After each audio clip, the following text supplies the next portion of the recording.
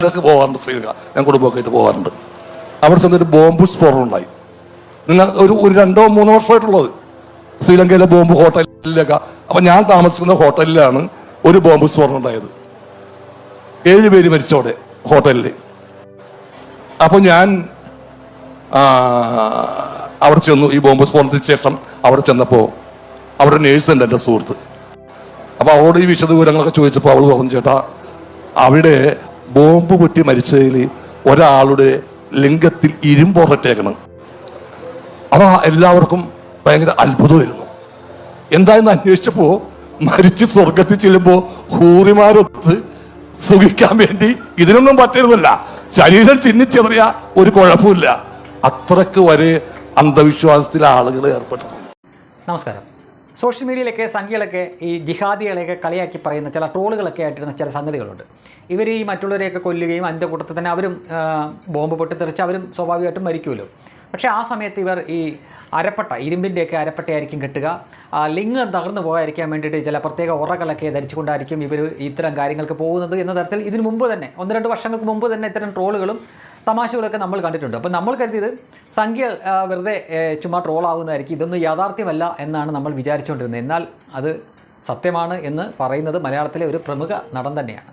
ഇപ്പോൾ സലിംകുമാർ ഇവിടെ പറഞ്ഞ കാര്യം നമുക്കെല്ലാവർക്കും അറിയാം. ശ്രീലങ്കയിൽ ബോംബ് സ്ഫോടനം നടന്നിരുന്നത് ഏതാനും വർഷങ്ങൾക്ക് മുമ്പ് ഒരു ഈസ്റ്റർ ദിനത്തിലായിരുന്നു. ആ സമയത്ത് അദ്ദേഹം ശ്രീലങ്കയിലുണ്ട്. അപ്പോൾ അദ്ദേഹം താമസിച്ച ഹോട്ടലിൽ അവിടെ തന്നെ ഉണ്ട് അദ്ദേഹത്തിൻ്റെ ഒരു സുഹൃത്ത് നഴ്സാണ്. അവർ തന്നെ പറഞ്ഞാണ് ഈ ബോംബ് സ്ഫോടനങ്ങൾ നടന്ന സ്ഥലത്ത് ഈ ബോംബ് സ്ഫോടനം നടത്തിയ ജിഹാദിയെ കണ്ടിരുന്നു.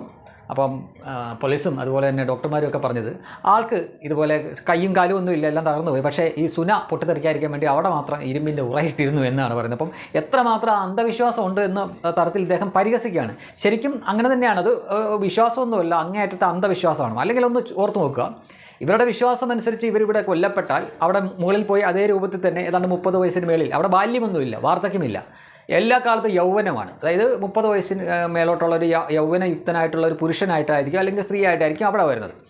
ഈ എന്താ തലയിലാണ് തലച്ചോറും ചിന്താശേഷിയുമൊക്കെ വേണ്ടത്. പക്ഷേ അവരെ സംബന്ധിച്ചിടത്തോളം, ഇത്തരക്കാരെ സംബന്ധിച്ചിടത്തോളം അവരുടെ ലിംഗത്തിലാണ് ആ സാധനം ഇരിക്കുന്നത്. അതുകൊണ്ട് ആ സാധനം ഒരു കാരണവശാലും പൊട്ടിത്തെറിക്കാൻ പാടില്ല. പക്ഷേ തലയും കൈയും കാലും ഉടലും ഒക്കെ ചിതറി ചെറിപ്പോയാലും ഇതൊക്കെ അങ്ങ് ഇവർ വിശ്വസിക്കുന്ന സർവ്വശക്തൻ അങ്ങ് സ്വർഗത്ത് രണ്ടാമത് ഉണ്ടാക്കി തരും. എങ്കിൽ പിന്നെ ഈ ലിംഗം രണ്ടാമത് ഉണ്ടാക്കി കൊടുത്താൽ പോരെ. എന്തിനാ അതിനു വേണ്ടി മാത്രമായിട്ട് ഇവിടെ പ്രത്യേകം ഒരു കവചം ഉണ്ടാക്കേണ്ട കാര്യമില്ലല്ലോ. അപ്പോൾ കൈയും കാലും തലയും എല്ലാം പോയാലും ഇതിന് മാത്രം ഒന്നും പറ്റരുത് എന്ന് വെച്ചിട്ടാണ് ഈ സാധനം വെക്കുന്നത്.